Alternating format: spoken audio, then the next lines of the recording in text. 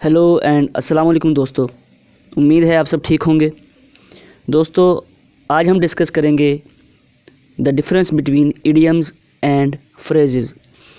अक्सर हम अपनी ज़िंदगी में इडियम्स या फ्रेजेस बोलते हैं, लेकिन हम ये नहीं जानते कि इन दोनों के दरमियान बेसिक डिफरेंस क्या है। कुछ लोगों को ये नहीं पता होता कि इडियम्स जो हम बोल रहे हैं वो इडियम कौन सा है और फ्रेज़ कौन सा है। तो आज की वीडियो में हम इडियम्स और फ्रेजेस के दरमियान फ़र्क डिस्कस करेंगे। सबसे पहले देखते हैं फ्रेज़ की डेफिनेशन क्या है। मैं कोशिश करूंगा कि आप लोगों को डेफिनेशन अच्छे तरीके से समझा सकूं और एग्जांपल्स के साथ समझा सकूं। तो फ्रेज़ की डेफिनेशन है a group of words which has meaning but not complete, यानी अल्फाज का ऐसा मजमूआ जिसका मतलब तो है लेकिन वो अपने मतलब को सही तरीके से वाज़िया तौर पर बयान नहीं कर सकता, वो कंप्लीट नहीं है। जैसे अगर मुझसे कोई कहे कि छत पर क्या है ये नहीं पता, इस वजह से इसका असल मतलब ज़ाहिर नहीं होता। चलिए एक एग्ज़ाम्पल की मदद से इसको समझने की कोशिश करते हैं। हमारे पास एक एग्ज़ाम्पल है आफ्टर द सनसेट, यानी सनसेट के बाद क्या है ये नहीं हमें पता। आफ्टर द सनसेट इसका मतलब तो है, लेकिन क्या है सनसेट के बाद, क्या हुआ क्या नहीं, ये नहीं बता। एक और एग्ज़ाम्पल है हमारे पास ऑन द टेबल, यानी ऑन टेबल पर क्या रखा है ये हमें नहीं पता चल रहा।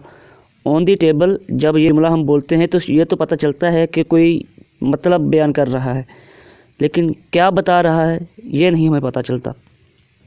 एक और एग्ज़ाम्पल देखते हैं अ कूल मॉर्निंग, एक ठंडी सुबह।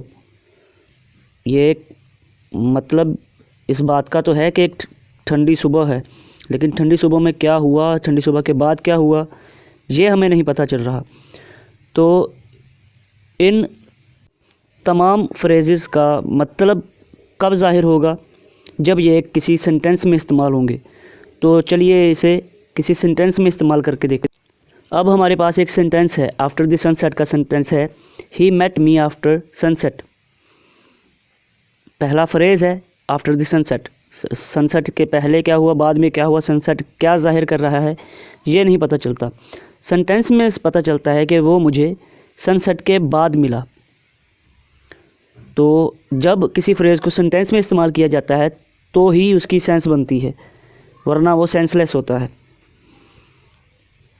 Now let's talk about idioms. Idioms क्या होते हैं इसकी भी डेफिनेशन देखेंगे और एग्जांपल्स के साथ इसको समझने की कोशिश भी करेंगे। तो इडियम की डेफिनेशन है a group of word which has different meaning from the meaning of words individually, यानी जब ग्रुप में इस्तेमाल किया जाता है उन अल्फाज को तो वो कोई और मीनिंग देता है, लेकिन जब हम इंडिविजुअली एक एक करके तमाम फ़िक्रात का या वर्ड्स का मतलब देखें तो वो कुछ और बनता है। एक इडियम के ज़रिए इसको समझने की कोशिश करते हैं। हमारे पास एक इडियम है आपके सामने, कैट्स एंड डॉग्स, यानी बिल्लियाँ और कुत्ते।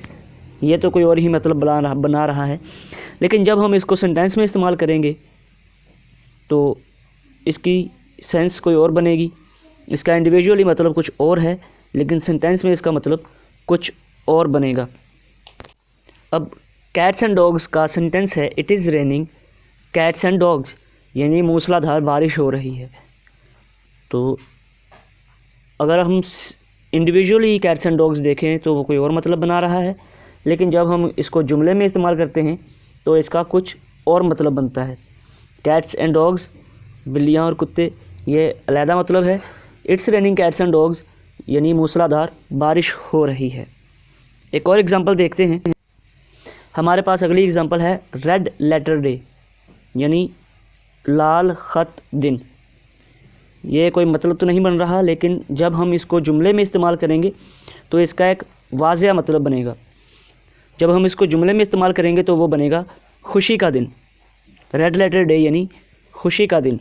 हमें इडियम्स के जो वाज़िया मीनिंग होते हैं उनको नहीं देखना होता, लेकिन जो जुमले में इस्तेमाल होने के बाद उसका मीनिंग बनता है उसको देखना होता है। तो रेड लेटर डे का हमारे पास जुमला है, it is red letter day for me, यानी ये मेरे लिए खुशी का दिन है। रेड लेटर डे यानी खुशी का दिन। It is red letter day for me, आज मेरे लिए खुशी का दिन है।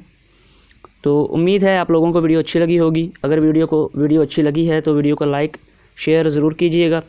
और अगर आप मुझसे चाहते हैं कि मैं एक स्पेसिफिक टॉपिक पर वीडियो बनाऊं तो do let me know in the comment section. And to show support kindly मेरे चैनल को सब्सक्राइब ज़रूर कीजिएगा।